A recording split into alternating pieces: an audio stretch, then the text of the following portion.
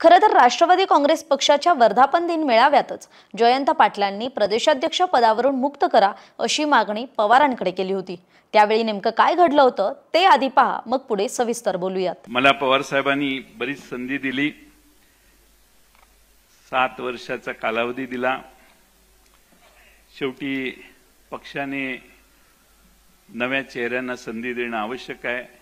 आपण हा व्हिडिओ आता पाहिला तर आपल्याला संदर्भ कळेल की जयंत पाटलांनी विधानसभेनंतरच प्रदेशाध्यक्ष पदाच्या राजीनाम्याची तयारी ठेवली होती, पण पक्षाच्या वर्धापन दिन सोहळ्यात त्यांनी ही तयारी बोलूनही दाखवली आणि पदाधिकाऱ्यांसह पक्ष नेतृत्वासमोर सुद्धा मांडली। अखेर जयंत पाटलांनी दिलेला प्रदेशाध्यक्ष पदाचा राजीनामा आता मंजूर करण्यात आलाय। तरी महत्त्वाची बाब म्हणजे आगामी महापालिका आणि स्थानिक स्वराज्य संस्थांच्या निवडणुका बघता जयंत पाटीलच प्रदेशाध्यक्ष राहतील असं सांगितलं जात होतं। मात्र अचानक त्यांनी आपल्या प्रदेशाध्यक्ष पदाचा राजीनामा दिलाय। त्यानंतर आता शशिकांत शिंदे हे नवे प्रदेशाध्यक्ष होणार आहेत असं सांगितलं जात आहे। त्यामुळे समजून घेऊयात की शशिकांत शिंदे नेमके कोण आहेत, त्यांची राजकीय कारकीर्द कशी राहिली आहे। शशिकांत शिंदे हे पश्चिम महाराष्ट्रातल्या सातारा जिल्ह्यातून येतात। मूळचे जावळी तालुक्यातील हुमगावचे रहिवासी आहेत। ते 61 वर्षांचे आहेत।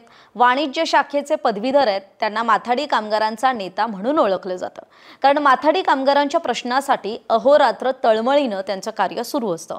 माथाडी कामगारांसाठी गृह प्रकल्पाची महत्त्वाकांक्षी योजना त्यांनी नवी मुंबईतल्या घणसोली, मुंबईतल्या वडाळा आणि नवी मुंबईतल्या कोपरखैरणे या ठिकाणी राबवली।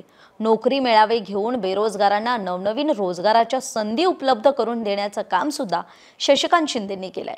धाडसी स्वभाव आणि धाडसी नेतृत्वामुळेच ते कमी वयातच समाजकारण आणि राजकारणात आले। शशिकांत शिंदे हे 1999 साली पहिल्यांदा जावळी मतदारसंघातून महाराष्ट्र विधानसभा निवडणूक लढले आणि 12,000 मतांच्या फरकानं निवडून आले। शिंदे यांनी महाराष्ट्राच्या कृष्णा खोरे पाटबंधारे महामंडळाचे जलसंपदा मंत्री म्हणून सुद्धा काम केलंय। 2001 साली मुंबई कृषी उत्पन्न बाजार समितीचे संचालक म्हणून निवडून आले। 2002 साली महाराष्ट्र राज्य सार्वजनिक बांधकाम पाटबंधारे कामगार संघाचे अध्यक्षपदी नियुक्त झाले। 2004 साली पुन्हा 44,000 मतांनी जावळीतूनच आमदार झाले।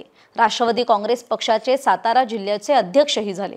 2009 साली कोरेगाव मतदारसंघातून आमदार म्हणून निवडून आले। तरी शशिकांत शिंदेंच्या प्रदेशाध्यक्ष पदाबाबत त्यांना विचारलं असता त्यांनी एका वाहिनीला प्रतिक्रिया देताना म्हटलंय, प्रदेशाध्यक्ष पदाबाबत अजून नाव निश्चित नाही। पवार साहेब, सुप्रियाताई, जयंत पाटील आणि पक्ष जो निर्णय घेईल तो आपल्याला मान्य असेल। 15 तारखेला पक्षाची बैठक आहे। काही नावं चर्चेत आहेत, माझंही नाव चर्चेत आहे। ज्या वेळेला निर्णय होईल, निवड होईल त्यावेळी निश्चितपणानं काम करू असं शशिकांत शिंदेंनी म्हटलंय।